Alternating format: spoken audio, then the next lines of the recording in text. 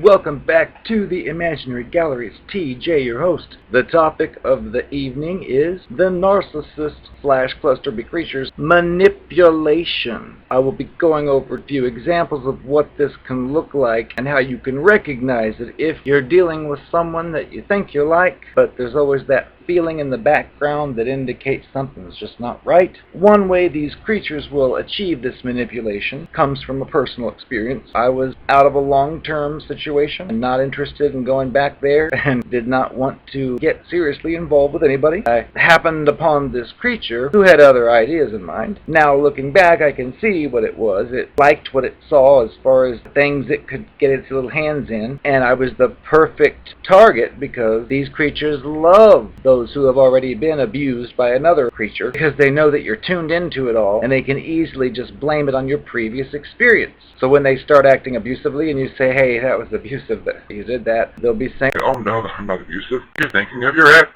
Like when it comes to lying, I think, okay, yeah, the ex lied and you lied. Now, what's the difference? Because they'll say, don't you dare compare me to your ex. They'll think, well, gee, a liar is a liar. So, did you tell the truth?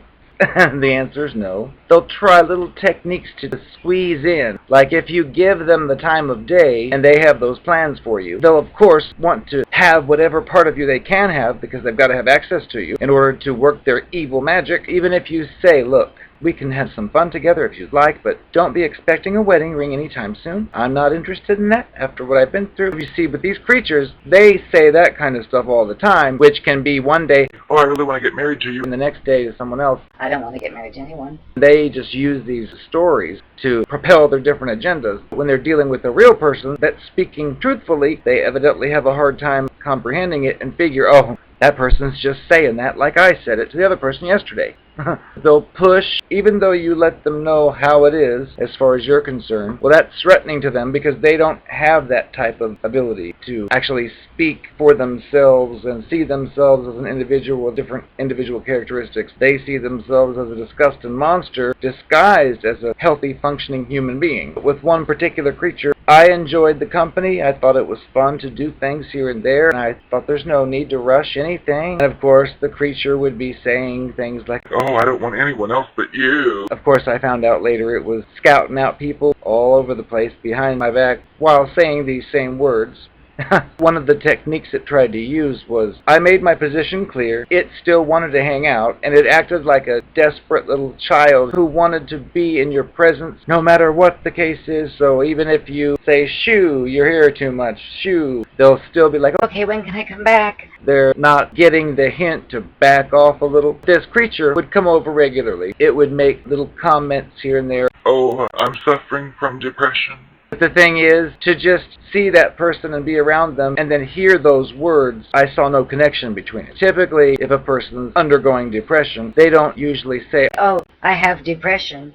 No, instead they do that thing we learned in writing class. They don't show, they tell. For example, if you have a good friend who's usually happy and upbeat, and one day you see her and her face is frowning, she doesn't look very happy, you walk up to her and say, hey, what's going on? She begins to talk to you and says, oh, whatever, small talk, and then may say something like, I'm really worried about this thing, with this deadline I have. I have to pay this money I don't have, and I'm really worried about my spouse.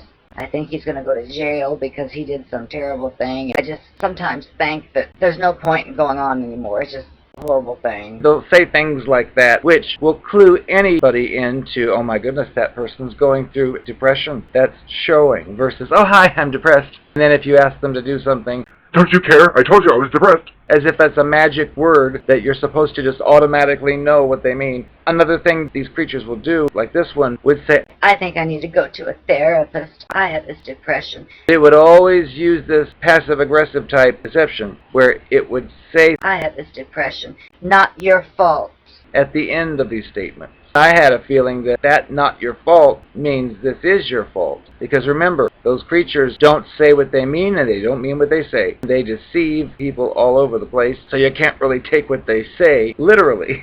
it was doing this depression thing and wanted to go to its therapist, and it did. I believe that the purpose of this was for me to say to myself, oh, look at you. You're being so selfish. Why don't you just let go of your problems from the past and just give in to this person? Look, you've caused this person to be so depressed they're looking into a therapist. I wasn't buying any of that. It just seemed like a ploy. Because after all, there was no rush. You can have fun with a person. You don't have to sign on a dotted line immediately. And then I'd noticed, too, that this creature had gone through numerous X's, it called them. And sometimes they were overlapping in the same few month period, and I'd be hearing these words, oh, I want to be in a relationship with you. I want to be in a relationship. And I'd think, is this how you go about all your things? Because look at your history here. We're talking in 6 months, 5 different people. Maybe you should take it easy and get your own affairs in order. Don't be so quick to move in with someone or marry them or whatever you want to do. These creatures, of course, have no interest in our suggestions or recommendations. They know it all. We know nothing. We are a goyim. We are an object for their use, which of course they'd never say. Another manipulation tactic was a different creature I'd met that I'd been chasing after for quite a while, not knowing what I was chasing. After a while, evidently, it ended things or was ending things with its partner, which I didn't even think it had one, because I'd go out in public and I'd see it there with no partner ever, and I'd think, well, this is a single person. It's playing hard to get. It says it has a partner. Yeah, that's a game it's playing. Well, it turned out it really did have one, and I guess things did really end, or they were ending. Then it gave me the time of day and said, I'm going to go home with you tonight and all this stuff. It did go home that night many decades ago. Then it was, I think, the next weekend, I was in the apartment I lived in, and I had somewhat of a view. I walked over to the window Sunday afternoon and looked out there, because I sometimes would just look out the window, and oh my goodness, I saw that creature. And it was out there standing, and it waved hi. I was kind of pleased, thinking, ooh, wow, isn't that nice to have a visitor? But there was no call, no discussion. Regardless, I didn't care. I was thinking, oh, what, this is that person? Oh, yeah, sure. And I buzzed them in. I said, well, what's going on? What are you doing out there? And that's when I heard the lie, which was, I went to go visit some friends in the building next door, and I realized that you lived here, so I figured I would just stop by and see if maybe you were around. the strange thing in this case is, though, it actually admitted to it, because I had made a big deal about dishonesty, and it had said, Oh, I did lie to you once. I think this was just done as part of the game. The response was, I didn't really go visit friends in the building next door. I just wanted to see you, but I didn't want you to think I was desperate.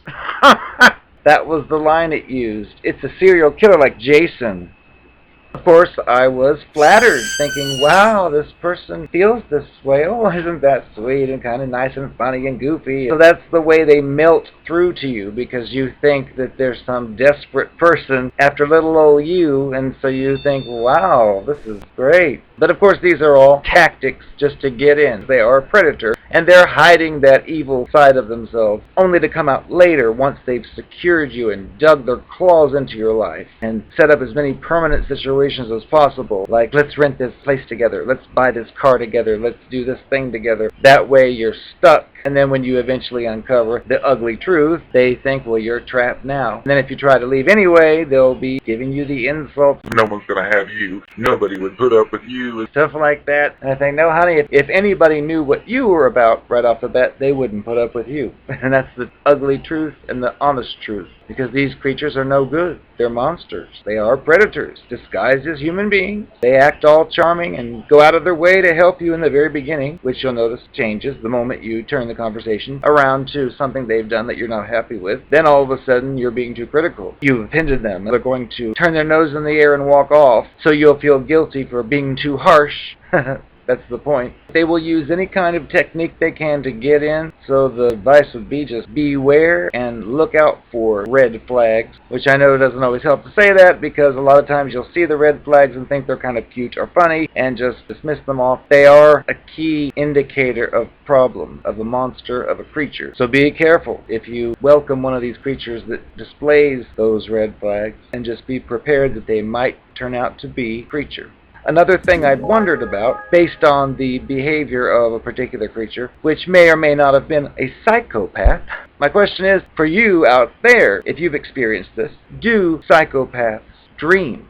the dream world we disappear into fantasies and bits of reality and fantasy together, blended. And I've had many dreams for years, but I've gotten the strange impression that at least one of these creatures doesn't do that. They don't dream, but want to pretend to be a person who does, and this is the experience that I encountered. The creature in question would display some odd behavior that once again made me think of like the robot on Earth pretending to be human, trying to fit in, messing up. We would be in the same bedroom together sleeping and wake up in the morning. This creature would look at me and say something like, "Jerk," or some kind of mean name, and I'd think, what was that for? And it would say things like, "I had this dream about you, and you had done this terrible thing." I just found it strange that the person would act that way, because first off, it clearly was a dream. If I have a dream, I know when I wake up, oh good, I'm really not sinking down that quicksand that I fell into in the dream. I'm here, safe. But this creature was actually behaving as if it was real. When it woke up, it should have known, oh, that was a dream. But instead, it looked at me and called a name, and I thought, that doesn't make any sense. I didn't do anything except sleep.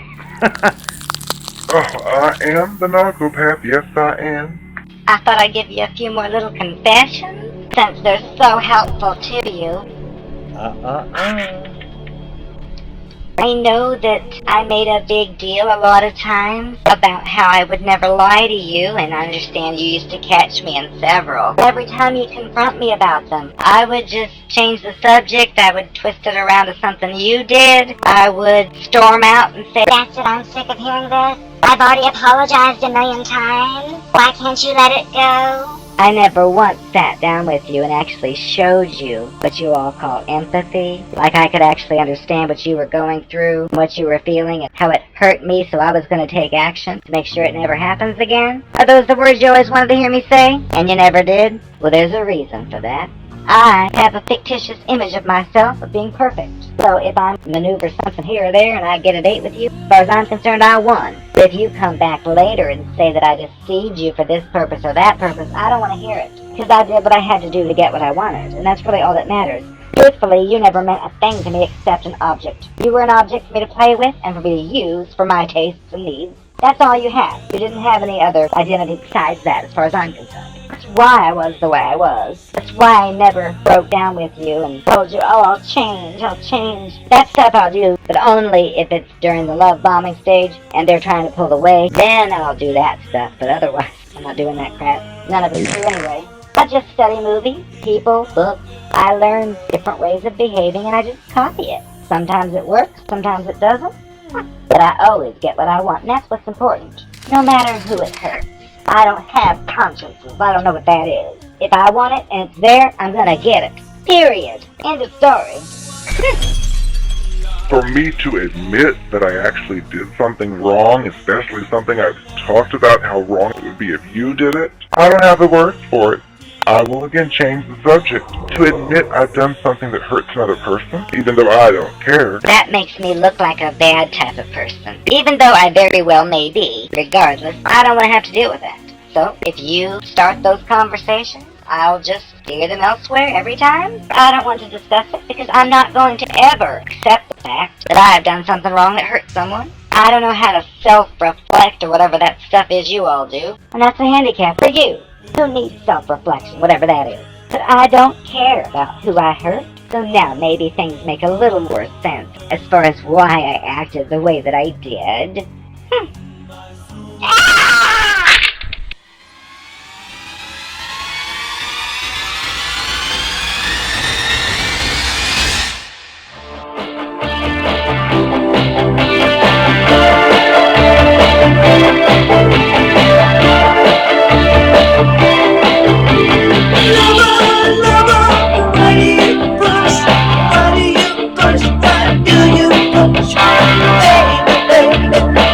Did